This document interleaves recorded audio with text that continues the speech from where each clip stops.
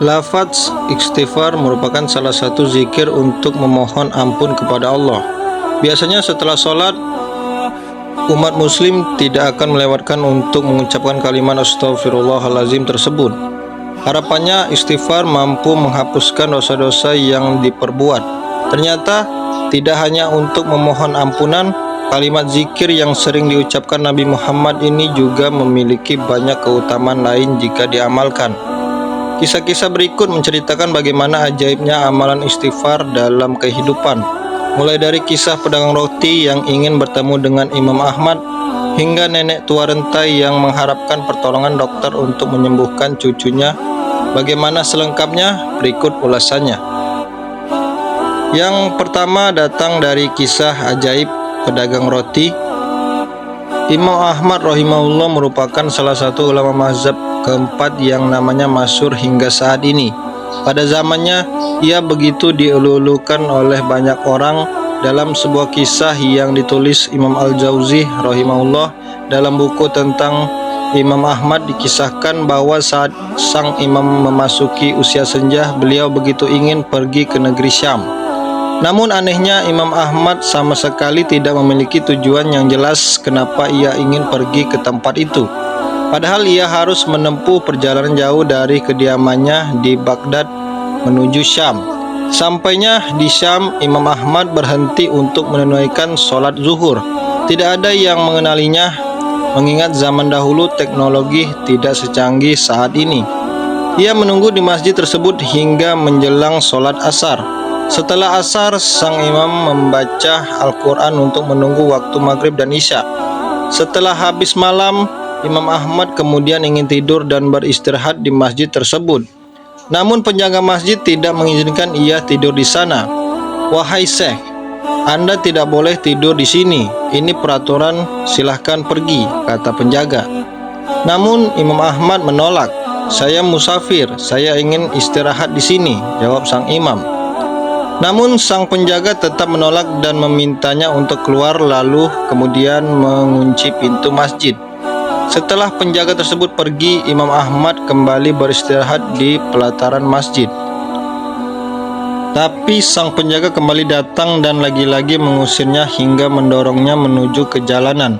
Lalu ada tukang roti yang rumahnya tidak jauh dari masjid. Melihat kondisi tersebut, tukang roti tersebut memanggilnya, "Hai Syekh, kemarilah, beristirahatlah di tokoku." Kemudian Imam Ahmad masuk ke toko roti tersebut. "Rumahku tidak jauh dari sini, ini toko rotiku. Di belakang sana ada ruangan untuk beristirahat. Beristirahatlah malam ini dan besok pagi engkau bisa melanjutkan perjalanan lagi." Setelah masuk ke toko tersebut, Imam Ahmad kemudian memperhatikan aktivitas sang penjual roti. Dan ada satu hal yang paling menarik perhatian beliau dari lelaki ini, yakni ucapan zikir dan doa istighfar yang terus meluncur dari mulutnya tanpa putus sejak awal ia mulai mengerjakan adonan rotinya. Imam Ahmad yang kagum lalu bertanya, "Sejak kapan Anda selalu beristighfar tanpa henti seperti ini?" Ia menjawab, "Sejak lama sekali. Ini sudah menjadi kebiasaan rutin saya, hampir dalam segala kondisi." Lalu Imam Ahmad bertanya lagi, "Lantas apa hasilnya?" "Ya, Allah mengabulkan semua permintaanku," jawabnya. "Lalu apa permintaanmu yang belum dikabulkan Allah?" tanya sang imam. Si lelaki soleh ini pun melanjutkan jawabannya dan berkata, "Sudah cukup lama saya selalu berdoa memohon kepada Allah untuk bisa dipertemukan dengan seorang ulama besar yang sangat saya cintai dan agungkan. Beliau adalah Imam Ahmad bin Hanbal." Allahu Akbar.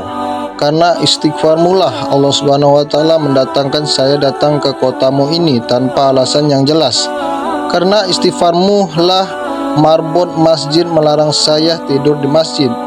Karena istighfarmu lah engkau menawarkan aku istirahat di tempatmu. Sayalah Ahmad bin Hanbal." Masya Allah.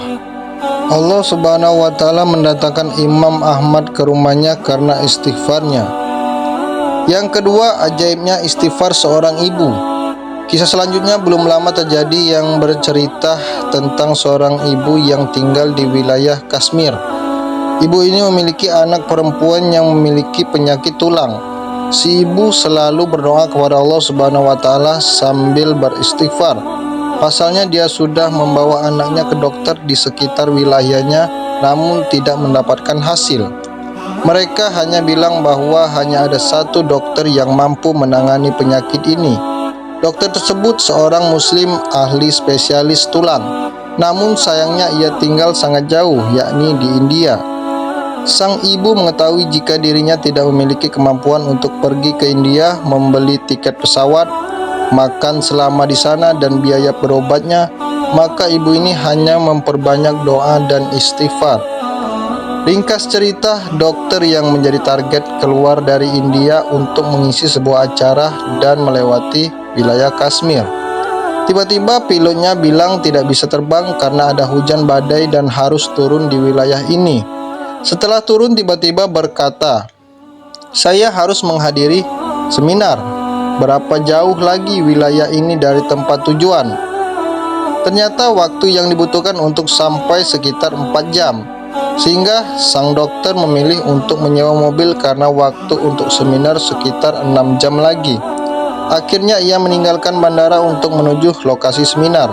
Namun sayang, baru sebentar meninggalkan bandara, hujan semakin lebat sehingga supir tidak bisa melanjutkan perjalanan.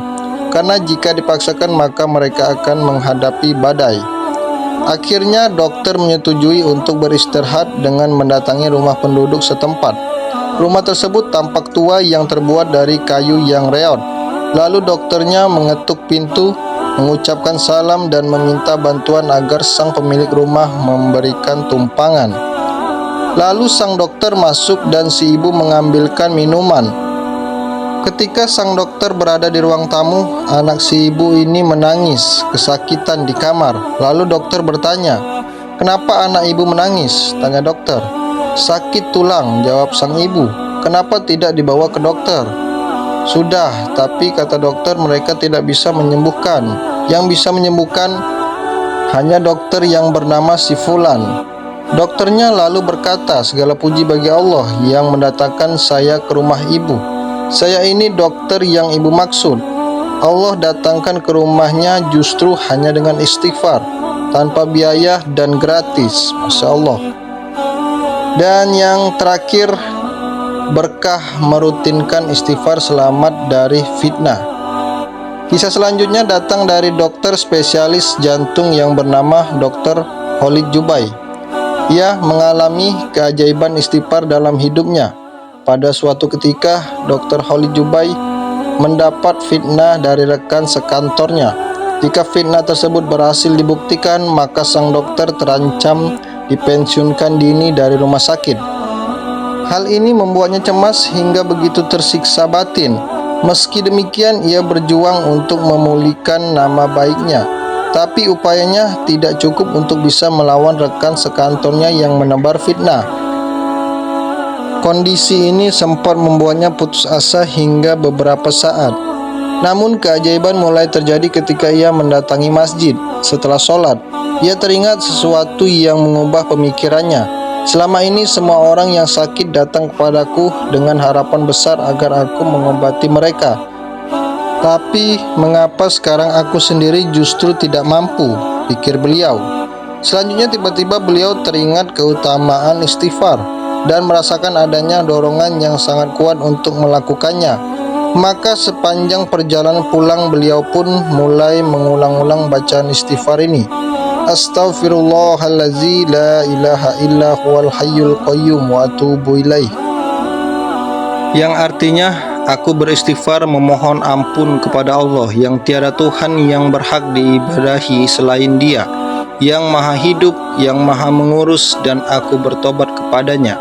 Hadis riwayat Al-Hakim dari Ibnu Mas'ud dan At-Tirmizi dari Bilal bin Yasar bin Yazid. Sampainya di rumah, ada perasaan lega yang begitu dahsyat.